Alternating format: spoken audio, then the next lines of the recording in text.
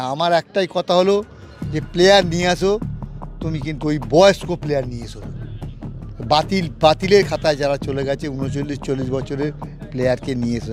তার প্লেয়ারদের মাঠে অ্যাটিটিউড প্লেয়ারদের খুব খারাপ।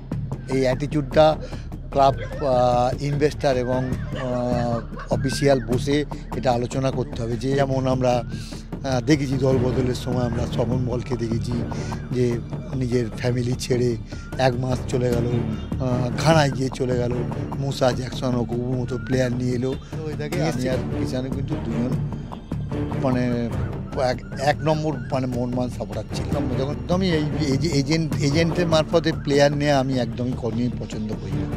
প্লেয়ারটাকে আগে দেখুক। ম্যাচ আছে 87-এ রাত্রির 12টার সময় এই তোমার 12টা থেকে প্রায় আলোচনা হচ্ছে। বীরু চ্যাটার্জি, গজু ঘোষ, অঞ্জন মিত্র সবাই এসে ইম্পিরিয়াল হোটেলে, ম্যাড্রাস ন্যাশনাল ছিল, ইম্পিরিয়াল হোটেলে এসে কথাবার্তা হয়ে গেছে।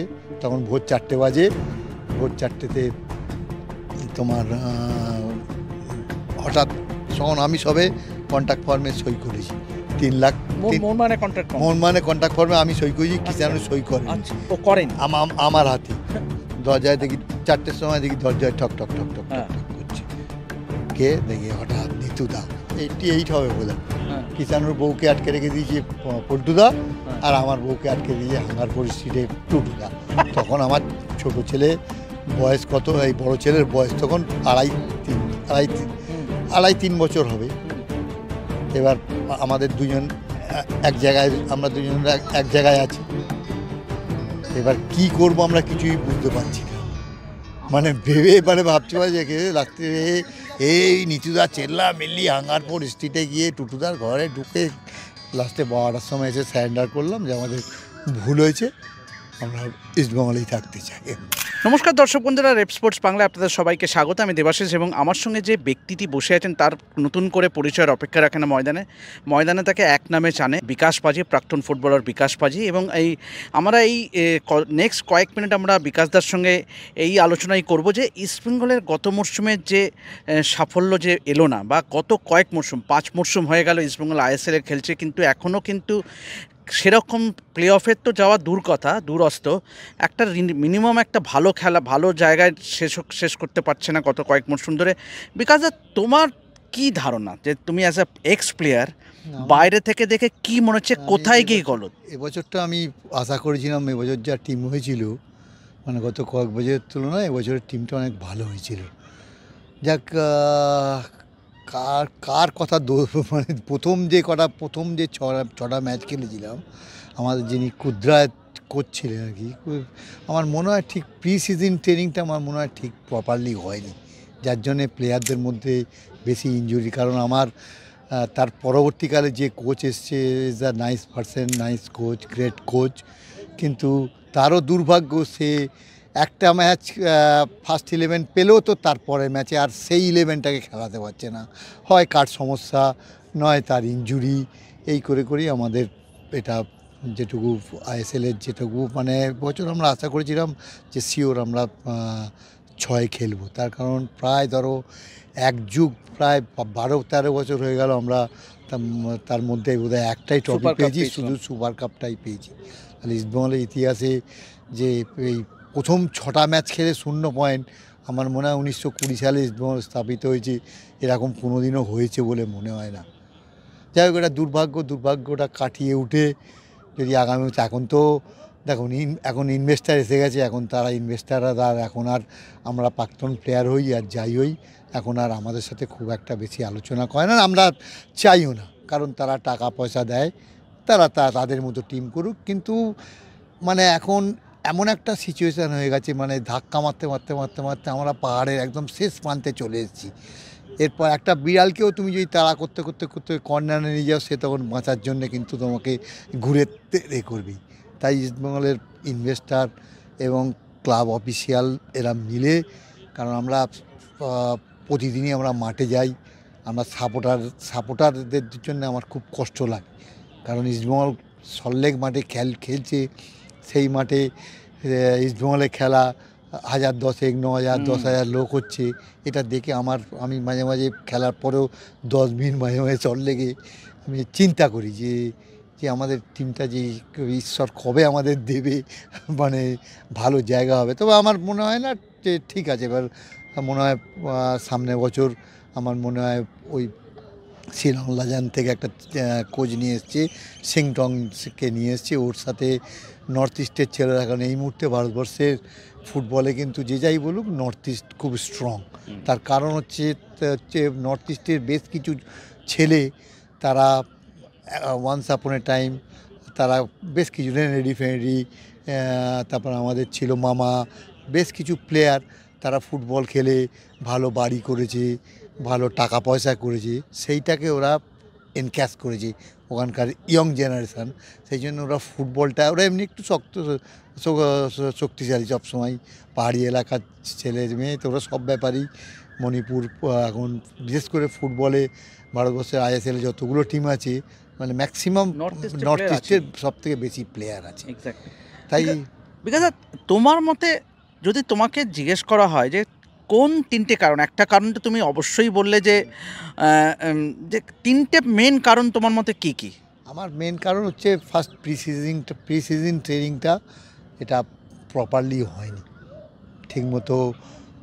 আমি তো শোনো, আমার কাছে আমি সারা বছর খেলবো, সারা বছর কিন্তু আমি ওয়েট ট্রেনিং ওইসবগুলো কিন্তু করতে পারবো না, এন্ডিওরেন্স প্র্যাকটিস করতে পারবো না। আমার এন্ডিওরেন্স প্র্যাকটিস, আমার ওয়েট ট্রেনিং, আমার যা করার এটাকে কিন্তু তোমাকে প্রথম সিজনের যে শুরু হচ্ছে সেই সময় সব আমাকে একদম রেডি করতে হবে। সেই সময় আমি একদম আমার প্রত্যেকটা প্লেয়ারকে আমি 100% মানে এন্ডিওরেন্স থেকে আরম্ভ করে যত কিছু ফুটবলের আছে সব কিছু একদম 100% ফিট চাই।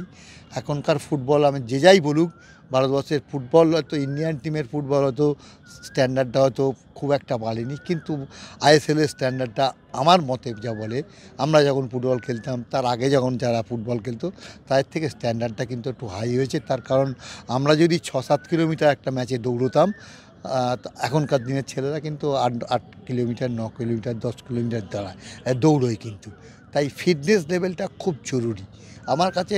এটাও একটা রিকোয়েস্ট প্লেয়ারদের কাছে, দে আর অল প্রফেশনাল প্লেয়ার, তারা টাকা পাচ্ছে, তারা কেন নিজেরা ফিটনেস লেভেলটাকে নিজেদের জায়গায় রাখবে না?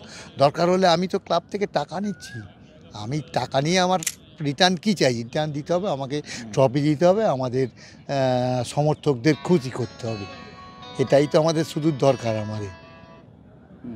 তো এটা তো একটা কারণ, আর বাকি দুই কারণ যদি আমি তিনটে কারণের কথা। বাকি দুই কারণ দেখো, আমার ইনজুরিটা খুব হয়েছে, ইনজুরি ম্যাক্সিমাম হয়ে গেছে। আর থার্ড হয়ে গেছে প্লেয়ারদের মাঠে অ্যাটিচিউড, প্লেয়ারদের খুব খারাপ।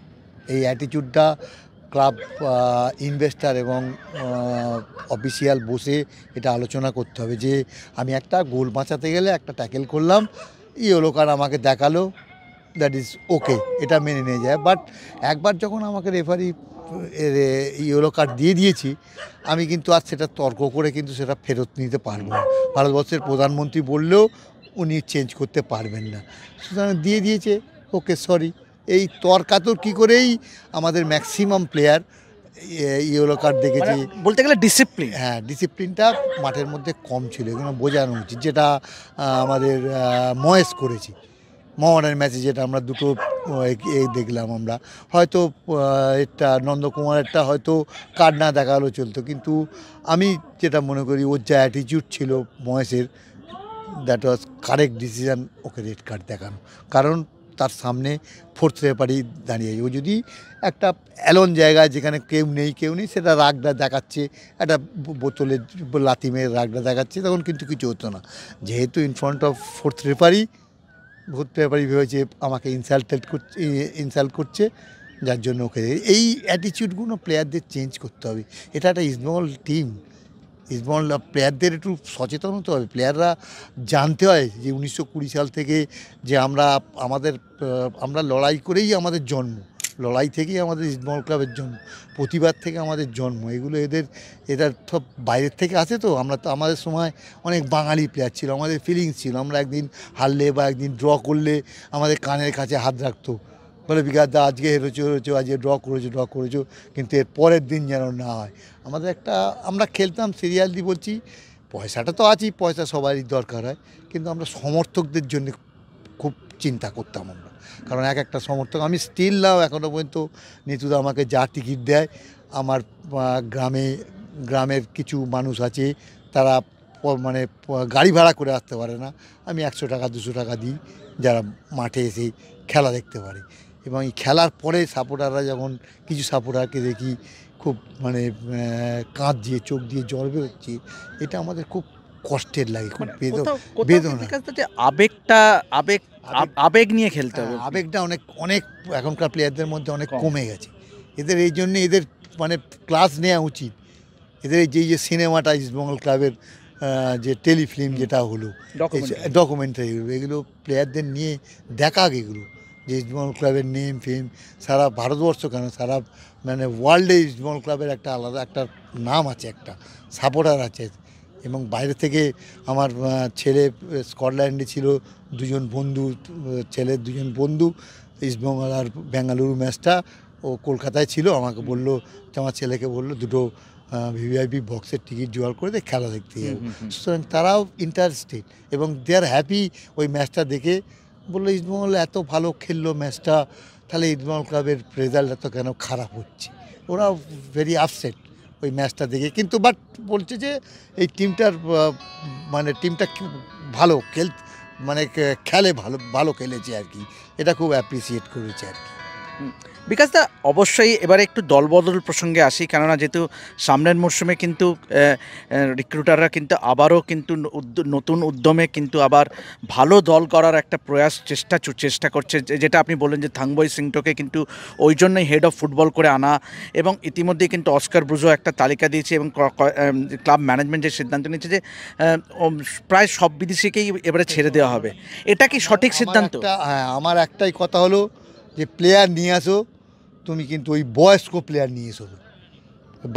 বাতিলের খাতায় যারা চলে গেছে 39-40 বছরের প্লেয়ারকে নিয়ে এসো, তার নাম সে হয়তো ওয়ান্স আপন এ টাইম কোনো ক্লাবে ভালো খেলে গেছে, বাট স্টিল তখন সেই সময়কার এখন নিচ্ছি এখনকার পারফরমেন্সটা তাকে দেখতে হবে। যেমন নর্থ ইস্ট যে প্লেয়ারটাকে নিয়ে এসেছি, নাম্বার 14 যে প্লেয়ারটা কি আজারাই, তারপরে নোয়া সাদি, হ্যাঁ, এইরকম এই ধরনের প্লেয়ার নিয়ে আসুন।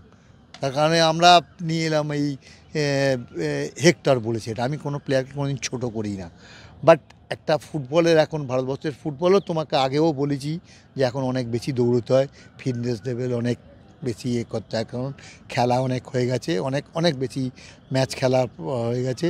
সুতরাং ফিটনেস লেভেলটা একটা বয়সের একটা ভার আছে, সবসময় আছে। তাই আমি চাই ইয়ং সাইড নিয়ে আসুক।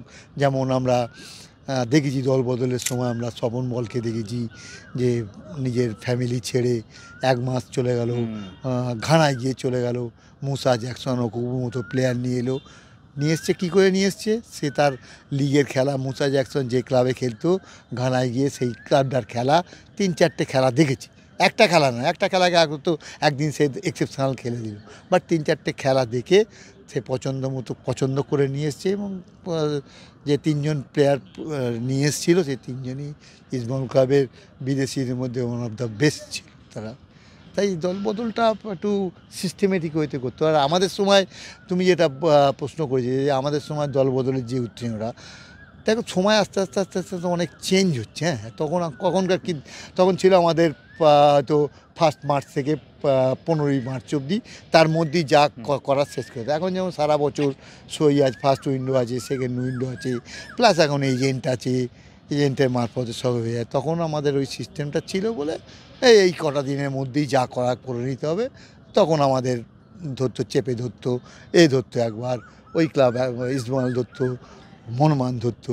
বিকাশ দা, একটু যদি বলেন আপনার অভিজ্ঞতা, কারণ আপনাকে আর কৃষাণু দেখে ময়দানে মানে কি বলবো, মানে লোকগাতার মতন হয়ে গেছে। মানে যেই সময় সত্যি কথা বলতে কি, আমি আর কৃষাণু যদি বাঙালও হয়ে থাকে, আমি আর কৃষাণু কিন্তু দুজন মানে 1 নম্বর মানে মনমান সাপোর্টার ছিল যখন ফুটবল শুরু করেছি। কারণ আমি যে গ্রামে থাকতাম 99% আমার মনমান সাপোর্টার। কোথায় থাকতাম? আমি গ্রামে বলুয়াটি, যে হাওড়া ডিস্ট্রিক্টে। ওটা কি মোহনবাগান একদম 99% এক ঘর মাত্র বাঙালি ছিল আর কি, এবং কিষাণু বাঙাল পরিবারে জন্মগ্রহণ করলো। মোহনবাগানের প্রতি একটা সিম্প্যাথি ছিল, ও কিছুতেই রাজি ছিল না মোহনবাগানে খেলবো, ইস্টবেঙ্গলে খেলবো, ও কিছুতেই রাজি হচ্ছে না। যাই হোক, নিতুদা কলার ধরে এই ধরে সেসব আর বলা যাবে না।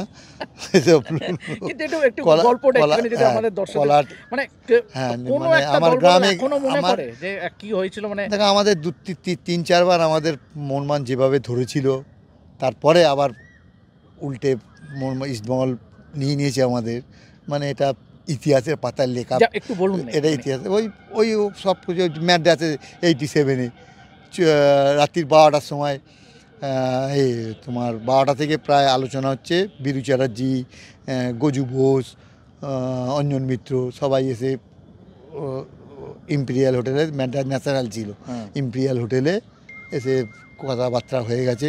তখন ভোর 4টে বাজে। ভোর 4টেতে তোমার হঠাৎ তখন আমি সবে কন্ট্রাক্ট ফর্মে সই করেছি 3 লাখ। মোহনবাগানের কন্ট্রাক্ট ফর্মে আমি সই করেছি, কিষাণু সই করেনি। ও করেন আমার হাতে। দরজায় দেখি 4টের সময় দেখি দরজায় ঠক ঠক ঠক ঠক ঠক ঠক করছে।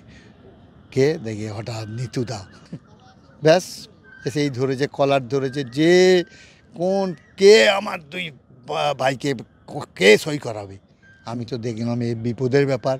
আস্তে আস্তে আস্তে আস্তে কন্ট্রাক্ট ফর্মটা ছিঁড়ে ডাস্টবিনে ফেলে দিল। কিন্তু টাকা নিয়ে নিয়েছিলেন তো? না, কন্ট্রাক্ট হয়েছে যে এরকম 3,25,000, 2.5 লাখ টাকা অ্যাডভান্স দেওয়া হবে, বাকিটা সারা বছরে দেওয়া হবে। আর নিতুদা এসে পড়ে 4টে ভোর 4টের সময় কোথা থেকে খবর পেয়েছে, ফ্লাইট ধরে চলে এসছে যে গজু বোস, বীরু চ্যাটার্জি গেছে। নিতুদা লুঙ্গি পাঞ্জাবি পরেই নিতুদা চলে এসছে এখানে একদম। এই ঘটনাটা সত্যি ভোলার নয় একদমই।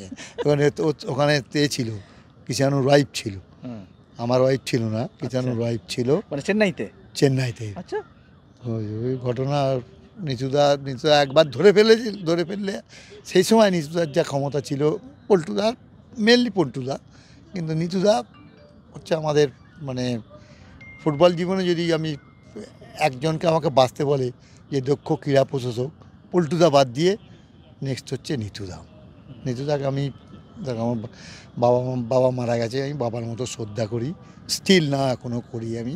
আমার এই লোকটার জন্য খারাপ লাগে। এই লোকটা ক্লাবন্ত প্রাণ একদম, এই যে লাইট জ্বলে যা কিছু করে সব কিন্তু এই একটা লোকের কথা। এই লোকটাই কিন্তু গালাগাল খায় সব থেকে বেশি, এই লোকটাই কিন্তু গালাগাল খায়। কিন্তু এই লোকটা ঠিক আছে, চালিয়ে যাচ্ছে। কেউ সবাই গালাগাল দিচ্ছে, কিন্তু কেউ একবারও ক্লাবে এসে বলছে না যে ক্লাবের লাইটের বিলটা কে দেবে, ক্লাবের স্যালারিটা কে দেবে, ক্লাবের মেনটেনেন্সটা কে দেবে, সেটা কিন্তু কেউ বলছে না। সবাই গালাগাল দিয়ে যাচ্ছে নিতুদা করছে বলে নিতুদাকে গালাগাল দিচ্ছে। কিন্তু তোরা আয়, যার যা অভাব অভিযোগ।